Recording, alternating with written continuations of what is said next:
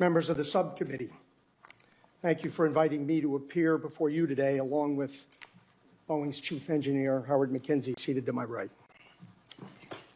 Before I begin my opening remarks, I would like to speak directly to those who lost loved ones on Lion Air Flight 610 and the Ethiopian Airlines Flight 302.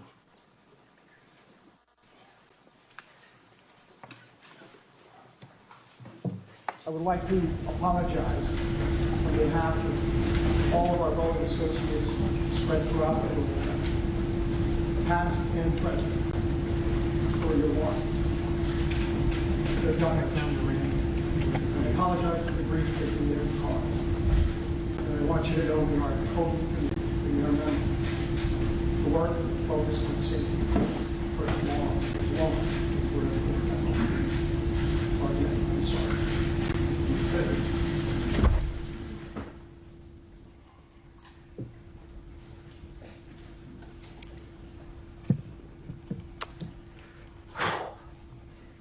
Nearly every second, a Boeing commercial or defense product takes off and lands somewhere around the world, making us responsible for the safety of millions of passengers and flight crews every day, including our men and women in uniform.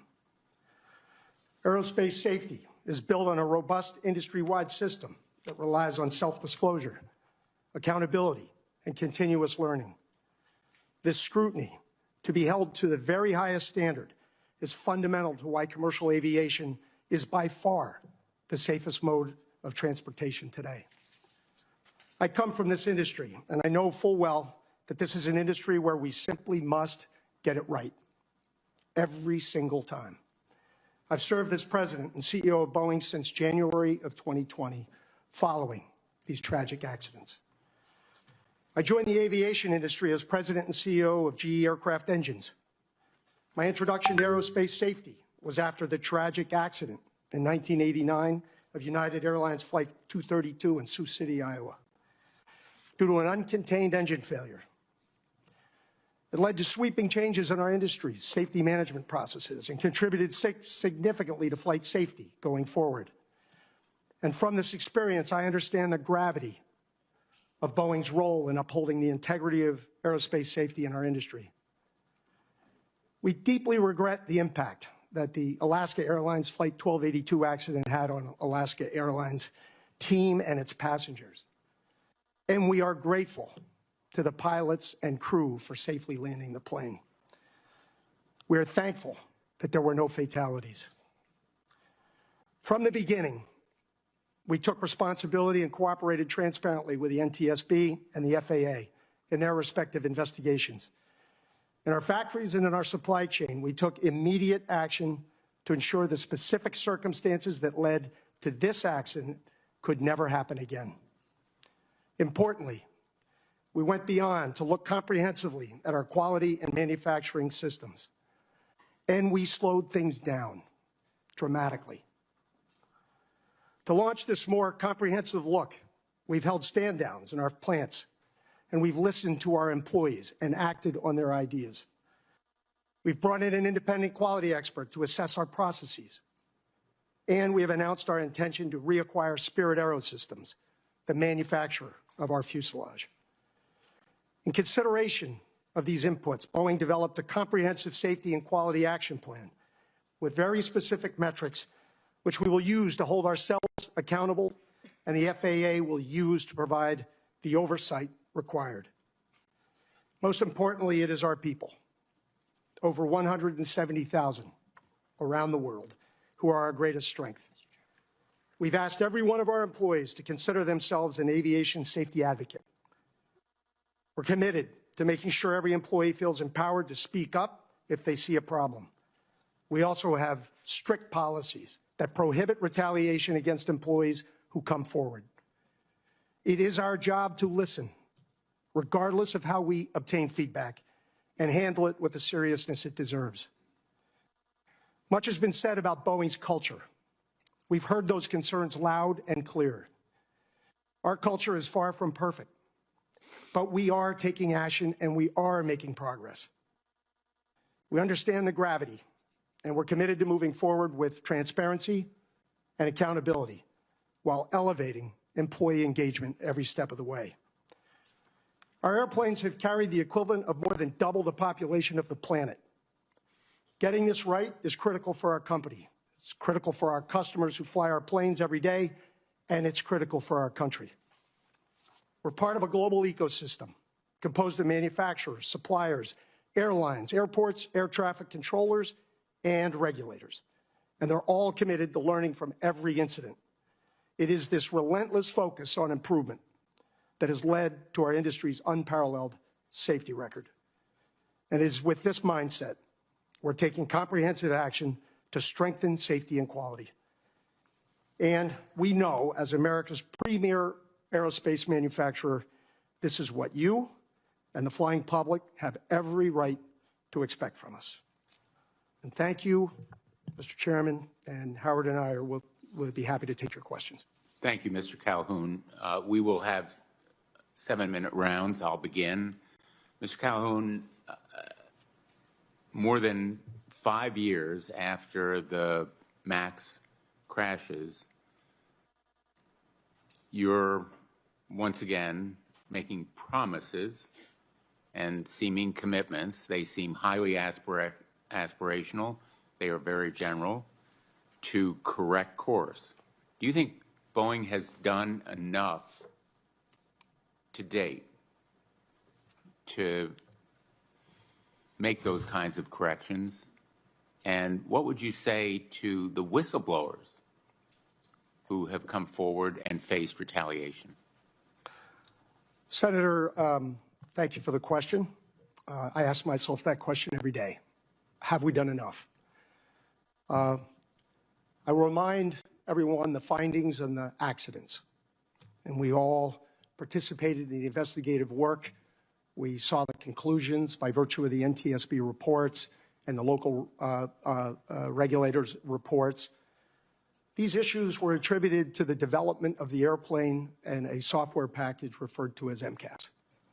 And there we took responsibility for that error. You accept that Boeing was responsible for those crashes and 346 deaths? I accept that MCAS and Boeing are responsible for those crashes. But yes, sir. Has enough been done to date already? So this is the answer to that question. The development process for an airplane starts with an engineering effort.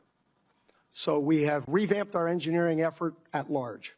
We have created a series of design practices, including a new one referred to as human factors.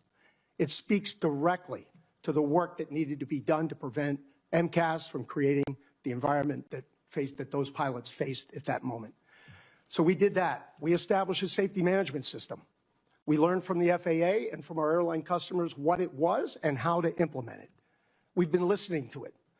We tuned that safety management system into every airplane that flies every second of every day, so that we could learn from those airplanes. Let me be more specific, and I apologize for interrupting, but we're limited in terms of time. Boeing has a code of conduct that states, and I quote, "I will never retaliate against or punish anyone who speaks up to report a concern," end quote. And yet the whistleblowers that we have heard, including testifying before this committee, have reported a host of retaliatory behaviors, from reassignment to exclusion from key meeting to being sidelined and sidetracked in their careers, verbal harassment and threats, and even physical violence. After whistleblower John Barnett raised his concerns about missing parts, he reported that his supervisor called him 19 times in one day and 21 times another day. And when Barnett asked his supervisor about those calls, he was told, quote, "I'm going to push you until you break." He broke. When whistleblower Sam Mohawk raised concerns about Boeing's concealment of non-conforming parts, he was put in charge of completing corrective action investigations with an impossible deadline, and then threatened with formal discipline, including firing. He couldn't meet that deadline. When I hear about these experiences, I wonder whether Boeing really wants change. How can you reassure us that Boeing is going to, in fact, end this broken safety culture? Senator, I'm going to start by assuring you that I listened to the whistleblowers that appeared at your hearing. Something went wrong. And I know the sincerity of their remarks. Well, let me ask you a more specific... And then, with respect to our company, we do have a policy. I often cite and reward the people who bring issues forward, even if they have huge consequence on our company and our production levels, et cetera. My leadership team does that. We survey our people with respect to, do they feel empowered to speak up? That survey performance gets better and better. It's never perfect. We work hard to reach out to our people. Immediately following Alaska, we had a stand down. The stand downs continue and they rotate, and we listen to everybody. I'm trying to deal with 30,000 ideas on how we can move forward. How do we make their jobs easier? How do we train them more effectively? How do we do that? Our team we are working hard to listen. Mr. Calhoun, let me ask you, how many of your employees have been fired for retaliating against whistleblowers? Senator, I don't have that number on the tip of my tongue, but I know it. I know it happens. I know it happens.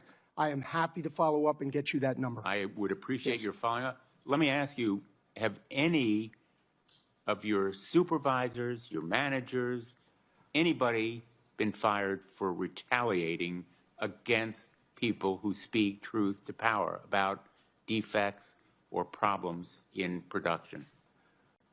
Senator, we have fired people and disciplined people, and I am happy to follow up with what you need. Who have you fired, and how have they been disciplined?